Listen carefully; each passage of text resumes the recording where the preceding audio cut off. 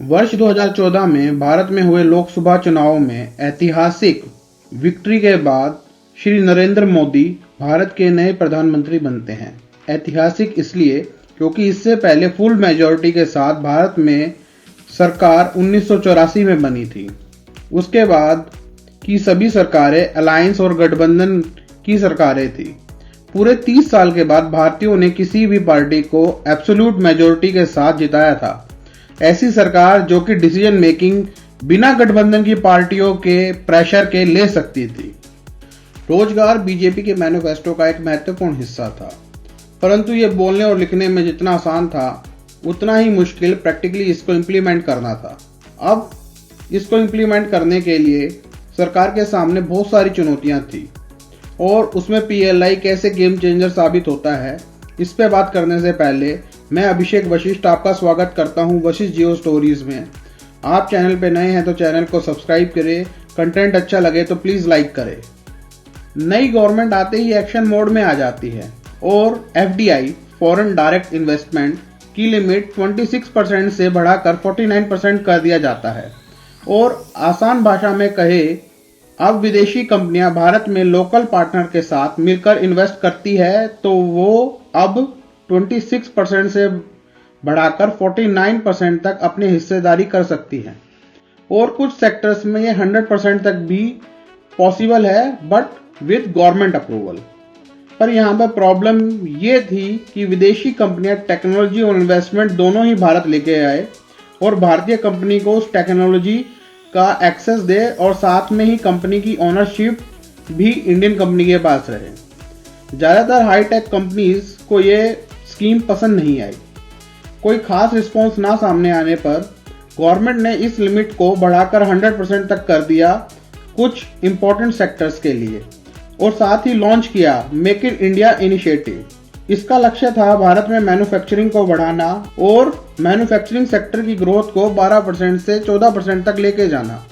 भारतीय सरकार इस इनिशिएटिव से भारत में 100 मिलियन यानी 10 करोड़ जॉब्स क्रिएट करना चाहती थी और साथ ही मैन्युफैक्चरिंग सेक्टर का कंट्रीब्यूशन बढ़ाकर 25% करने का लक्ष्य था।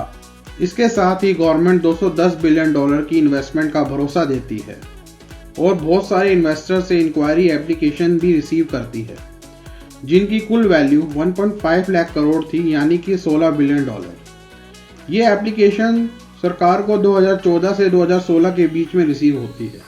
भारत इसके बाद one of the top investment destination की तरह इमर्ज हो रहा था। फिर भी ये रिजल्ट्स गवर्नमेंट के एक्सपेक्टेशन के अकॉर्डिंग नहीं थे और इसकी मोटे मोटे 3 बड़े कारण थे। पहला, इंडियन रेड टेपिज्म और भारतीय लाल फीताशाही, जो गवर्नमेंट बाबुओं के फाइलों के अंबार पे बैठे रहने, काम शुरू करने से पहले दर्जनों डिपार्टमेंट और मिनिस्ट्रियों से परमिशन के चक्कर काटने और बिना चढ़ावा चढ़ाए परमिशन ना मिलने की मुसीबत से, और उस सब के बाद भी महीनों का समय बर्बाद करने की परेशानी अलग से। दूसरी बड़ी प्रॉब्लम स्किल लेबर है। अगर किसी तरह परमिशन मिल भी जाए और आप इन्वेस्टमेंट कर भी दें तो लेबर आप कहाँ से लाएंगे, क्योंकि भारत में तो स्किल लेबर की भारी कमी है, क्योंकि देश के संस्थान अभी भी पुरानी तकनीकों और प्रैक्टिकल पे कम और थ्योरी पे ज़्यादा ध्यान देने का काम करते हैं। और तीसरी प्रॉब्लम इंफ्रास्ट्रक्चर का ना होना। भारत का इंफ्रास्ट्रक्चर अभी भी अपने competitor like Vietnam, Malaysia, China जैसी कंट्रीज से बहुत पीछे था। अभी आप बाबुओं को सुधार सकते हैं, लेबर की ट्रेनिंग भी करा सकते हैं, पर रातों रात इंफ्रास्ट्रक्चर बनाना ये पॉसिबल नहीं था। भारत का लॉजिस्टिक कॉस्ट टोटल प्रोडक्शन का 14% है, जबकि ये आंकड़ा चाइना में 8 से 9% है और यूरोप और यूएस में भी 9 से 10% के आसपास कंट्रीब्यूट करता है।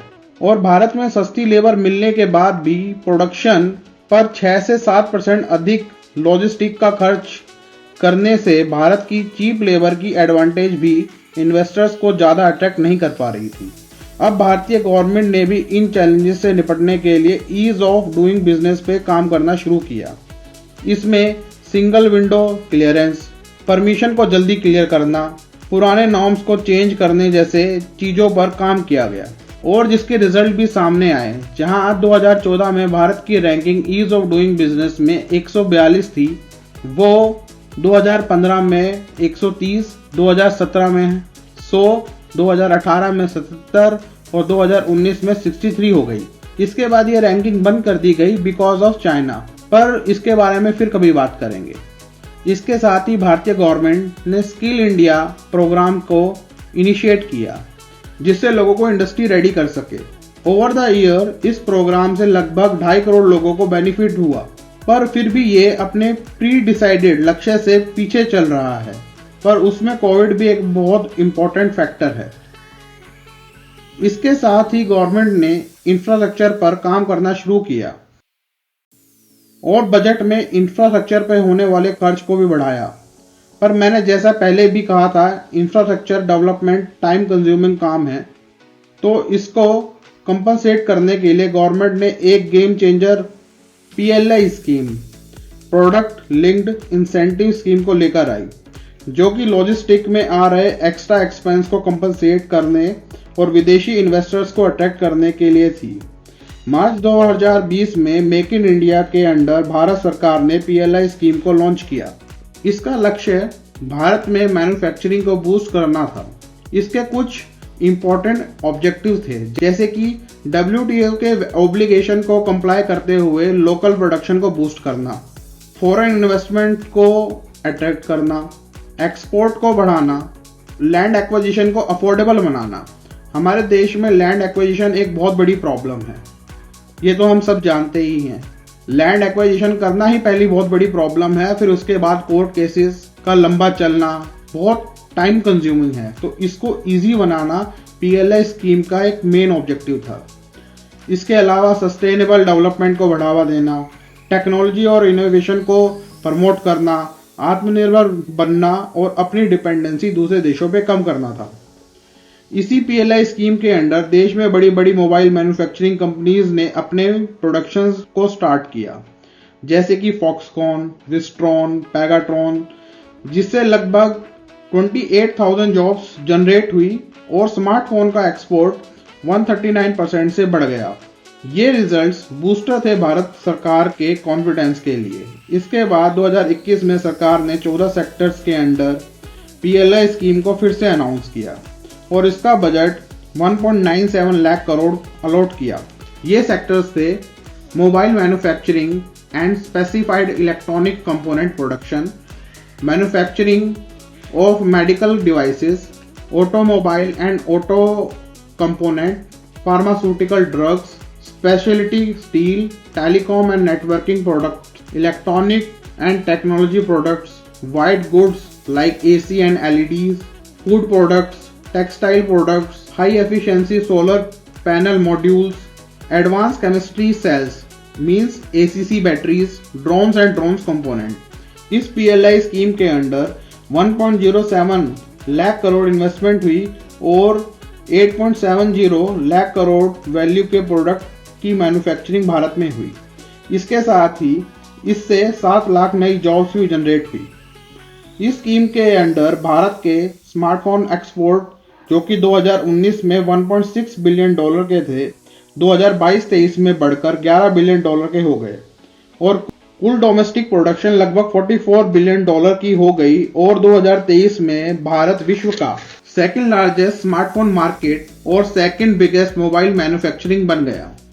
इस सक्सेस को देखते हुए मई 2023 में PLI स्कीम 2.0 लॉन्च की गई, जिसमें IT हार्डवेयर पे ज्यादा फोकस किया गया और इसके लिए 17,000 करोड़ भी अलॉट किए गए। इसके साथ ही भारत अपने इंफ्रास्ट्रक्चर और लॉजिस्टिक कैपेबिलिटीज पे काम करता रहा।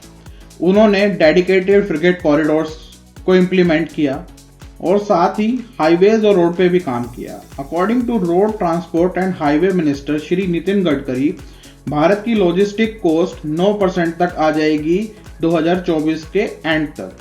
अभी भारत को कुछ सेगमेंट्स में सक्सेस मिली है और बाकी कुछ सेगमेंट्स में अभी भी भारत सक्सेस ढूंढ रहा है और गवर्नमेंट इस पे काम भी कर रही है। For example laptop manufacturing, semiconductor manufacturing etcetera. आगे इन सेक्टर से और भी कोई पीएलआई से जुड़ी कोई भी नई अपडेट आती है तो मैं आपके सामने फिर एक बार नई वीडियो के साथ प्रस्तुत होऊंगा। अभी के लिए नमस्कार, फिर मिलते हैं किसी नए टॉपिक के साथ में। Thank you.